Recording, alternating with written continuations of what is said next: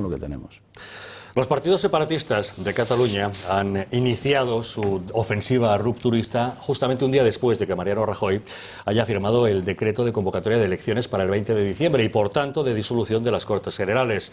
Con el Gobierno en funciones y el Legislativo en manos de la Diputación Permanente, los que amenazan a la unidad de España confían en que no se pueda aplicar el artículo 155 de la Constitución. Un artículo que dice lo siguiente: si una comunidad autónoma no cumpliere las obligaciones que la Constitución u otras leyes le impongan o actuare de forma que atente gravemente al interés general de España, el Gobierno, previo requerimiento al presidente de la comunidad autónoma y en el caso de no ser atendido, con la aprobación por mayoría absoluta del Senado, podrá adoptar las medidas necesarias para obligar a aquella al cumplimiento forzoso de dichas obligaciones o para la protección del mencionado interés general. Como pueden apreciar, el artículo especifica que se requiere la mayoría absoluta del Senado para aplicar este artículo. Pero, ¿qué pasa si las Cortes están disueltas? Tenemos comunicación con el catedrático de Derecho Constitucional de la Universidad CEU San Pablo, don Rafael Murillo. Muy buenas noches. Buenas noches. Señor Murillo, ¿puede el Gobierno aplicar el artículo 155 estando en funciones y con las cámaras disueltas? Bueno, en primer lugar, el Gobierno no está en funciones. El Gobierno estará en funciones cuando cesa.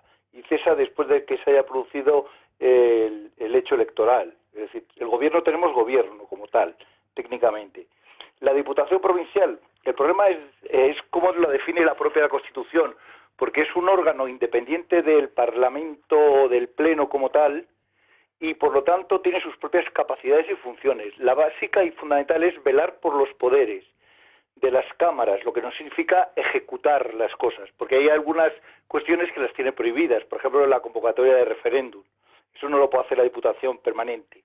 En cambio, sí se le autoriza que haga, por ejemplo, convalidaciones de decretos leyes del Gobierno y que pueda mantener los estados de alarma, excepción y sitio, que es el artículo 116 de la Constitución. Yo creo que en este sentido, si se produce una situación de extraordinaria necesidad, como sería este caso, con una vulneración clara de los mandatos constitucionales, yo creo que en ese caso sí podría el Pleno de la Diputación Permanente del Senado, por mayoría absoluta, aplicar el artículo 155. El problema que tendríamos aquí sería un problema de tiempos, porque la Constitución no determina cuánto es el tiempo que hay que esperar para que el presidente de la comunidad autónoma responda, y el tiempo y el procedimiento que la Diputación Permanente tarde en tomar las medidas oportunas. Porque claro, esto no es un cheque en blanco, sino que habrá de determinar qué hechos, actos y qué órganos de la comunidad autónoma pueden ser intervenidos, como dice el apartado segundo del artículo 155, por parte del Gobierno, poner a disposición del Gobierno a aquellas autoridades de la comunidad autónoma. Pero está claro, señor Murillo, que los separatistas han aprovechado justamente esta circunstancia. ¿La reforma exprés del Tribunal Constitucional que impulsó el Partido Popular era para combatir justamente esta eventualidad? Pues en principio yo creo que no, más bien es los procedimientos anteriores. Por ejemplo, como muy bien se ha comentado, el tema de esta nueva declaración independentista. Claro, aquí ahora tenemos simplemente un acto puramente político, es decir, primero es una mera propuesta que tiene que ser admitida por la mesa del Parlamento catalán, y una vez propuesta y admitida, en su caso, esa propuesta por la mesa del Parlamento catalán, que sea debatida y sea aceptada como una moción, una propuesta, un hecho que el Tribunal Constitucional tendrá que analizar si es un hecho político o es un hecho normativo, porque no hay que olvidar nunca que el Tribunal Constitucional solamente analiza hechos normativos, y ya hubo sus disquisiciones con la anterior declaración que hizo el Parlamento catalán, que sí determinó que era un hecho normativo y por lo tanto susceptible de control de constitucionalidad y su inaplicación inmediata del mismo. ¿Y entonces qué debería hacer el Gobierno? ¿Qué recursos tiene a su alcance para que se cumpla la legalidad?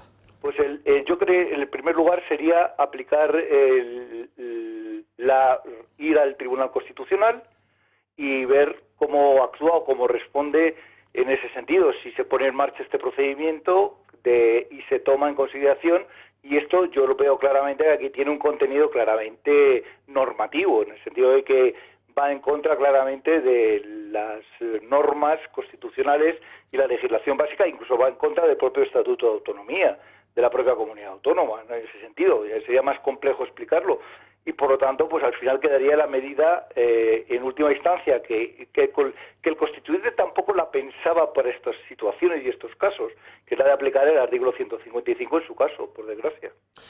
Don Rafael Murillo, catedrático de Derecho Constitucional de la Universidad San Pablo Oceo, muchísimas gracias por atender la llamada del gato.